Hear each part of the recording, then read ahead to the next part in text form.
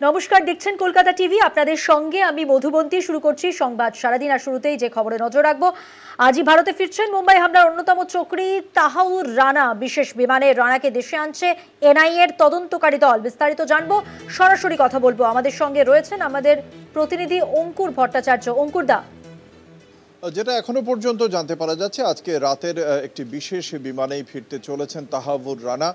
দীর্ঘদিন ধরে তিনি আমেরিকায় ছিলেন, তাকে আমেরিকাতেই বন্দী করা হয়েছিল এবং গত ফেব্রুয়ারিতে যখন প্রধানমন্ত্রী নরেন্দ্র মোদী মার্কিন প্রেসিডেন্ট ডোনাল্ড ট্রাম্পের সঙ্গে বৈঠক করেন, সেই বৈঠকেই ডোনাল্ড ট্রাম্প তিনি খুব স্পষ্ট ভাষাতেই জানিয়ে দিয়েছিলেন যে তাহাউর রানাকে প্রত্যর্পণ করা হবে এবং ভারতে গিয়েই সে বিচারের মুখোমুখি হবে। এর আগে তাহাউর রানা যাতে তিনি এই অভিযোগ থেকে মুক্তি পান, তার জন্য মার্কিন সুপ্রিম কোর্টে একাধিকবার আবেদন জানিয়েছিলেন। তাকে এই ঘটনায় মেটেরিয়াল সাপোর্টের যে অভিযোগ, তা থেকে মুক্ত করলে অন্যান্য দুটি অভিযোগে তিনি অভিযুক্ত হন। 2008-এর 26শে নভেম্বর মুম্বাইতে যে জঙ্গি হামলা হয়েছিল, সেই জঙ্গি হামলার ক্ষেত্রে আজমল কাসব সহ যারা এসেছিলেন তাদের পাসপোর্টের বন্দোবস্ত করা থেকে শুরু করে সমস্ত অস্ত্র, সমস্ত কিছু যোগান দিয়েছিলেন এই পাকিস্তানি কানাডিয়ান তাহাউর রানা। এবং তিনি এই 26শে নভেম্বর যে হামলা হয়েছিল তার 5 দিন আগে 21শে নভেম্বরের মধ্যে এসে গোটা বিষয়টি সরেজমিনে খতিয়ে দেখে চলে যান। ডেভিড কোলম্যান হেডলি যাতে এসে টার্গেট কোথায় কোথায় হবে সেই বিষয়টি যে স্থির করেছিলেন অপর অভিযুক্ত এই ঘটনায়, সেই ডেভিড কোলম্যান হেডলির ভারতবর্ষে আসা এবং তার সমস্ত কোথায় থাকা, কিভাবে হবে, এই পুরো নকশাটা রচনা করেছিলেন এই তাহাউর রানা। তাহাউর রানাকে দীর্ঘদিন ধরে মার্কিন আদালতে তার বিরুদ্ধে সবকটি অভিযোগ প্রমাণিত হয়, তারপরেই তাকে নিয়ে আসার বন্দোবস্ত করা হচ্ছে। প্রাথমিকভাবে কয়েক সপ্তাহ ন্যাশনাল ইনভেস্টিগেশন এজেন্সির হেফাজতেই থাকবে এই তাহাউর রানা। গোটা বিষয়টি নজরে রাখছেন জাতীয় নিরাপত্তা উপদেষ্টা অজিত দোভাল।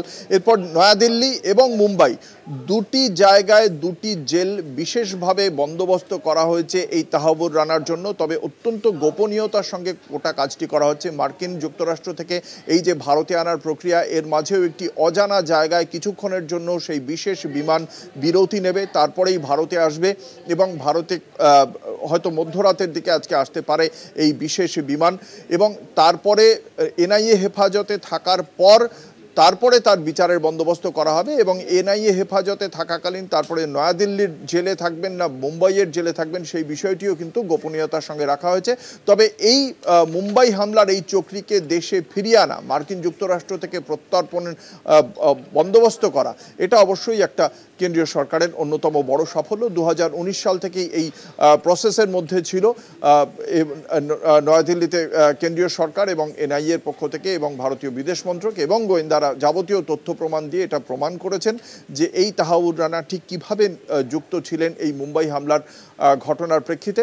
তারপরেই অবশেষে 2020-তে একের পর এক আদালতে তার বিবিধ আবেদন নাকচ হয়ে যায়। 2020-তে যখন কোভিড হয়, সেই সময় কোভিড আক্রান্ত হন তাহাউর রানা, সেই কারণে প্রাথমিকভাবে তাকে ছেড়ে দেওয়া হয়েছিল। পরবর্তীকালে রিঅ্যারেস্ট করা হয় তাহাউর রানাকে এবং অবশেষে আজকে প্রত্যর্পণের পর ভারতে ফিরছে তাহাউর রানা। মধুবন্তী, ধন্যবাদ। কথা বললাম, সরাসরি নিউজ রুম থেকে ছিলেন আমাদের প্রতিনিধি অঙ্কুর ভট্টাচার্য, তার সঙ্গে।